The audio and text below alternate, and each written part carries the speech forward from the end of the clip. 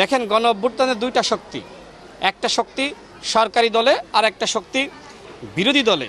এখন আপনি যদি রাষ্ট্রের সংস্কারে, রাষ্ট্রের পুনর্গঠনে আমাকে সহযোগিতা না করেন, আমার একার পক্ষে কি এই রাষ্ট্রের পরিবর্তন করা সম্ভবপর নয়।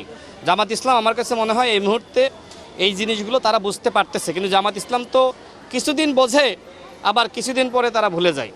তো এইবার আমি জামাতের আমিরকে বলবো যে আর ভুলেন না, রাষ্ট্র পুনর্গঠনে একসাথে কাজ করতে হবে। একসাথে কাজ না করলে সেই পতিত ফেসিবাদ আবারও ফিরে আসবে।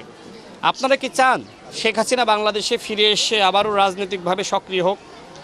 আপনারা কি চান? যদি ফেসিবাদকে ফিরিয়ে আনতে না চান, তাহলে সরকারকে রাষ্ট্র পুনর্গঠনে সহযোগিতা করুন।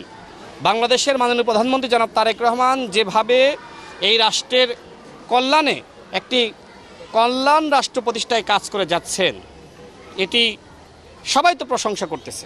দেখেন, বিএনপি কি চাই, সর্বশেষ কিশোরগঞ্জের যে প্রোগ্রামে, সেখানে আমিও মাননীয় প্রধানমন্ত্রীর সাথে সেখানে গিয়েছিলাম।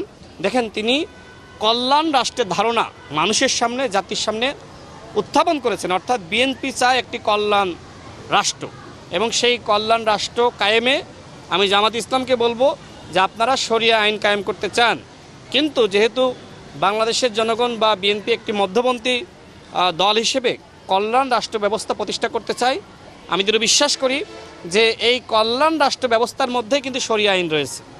সুতরাং আপনারা শরিয়া আইন নিয়ে কখনো বলেন যে আপনারা শরিয়া আইন প্রতিষ্ঠা করবেন, কখনো বলেন যে করবেন না।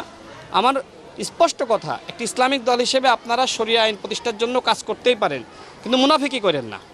শরিয়া আইন প্রতিষ্ঠার নামে জামাত ইসলাম মূলত মুনাফিকি করতেছে। এই মুনাফিকের রাজনীতি এদেশের জনগণ গ্রহণ করবে না।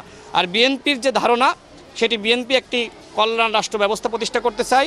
আমি মনে করি জামাত ইসলামের উচিত হবে এই কল্যাণ রাষ্ট্র প্রতিষ্ঠায় বিএনপিকে সহযোগিতা করা। আর সর্বশেষ কথা হলো, শেখ হাসিনা বাংলাদেশে ভাই ফিরবে না, এটি আমি আগেও বলেছি। আমাদের স্পষ্ট কথা, শেখ হাসিনা যদি বাংলাদেশে ফেরে, তাহলে বিমানবন্দর থেকে আমরা তাকে রিসিভ করে আমরা ওই ফাঁসির মঞ্চ পর্যন্ত তাকে আমরা নিয়ে যাব।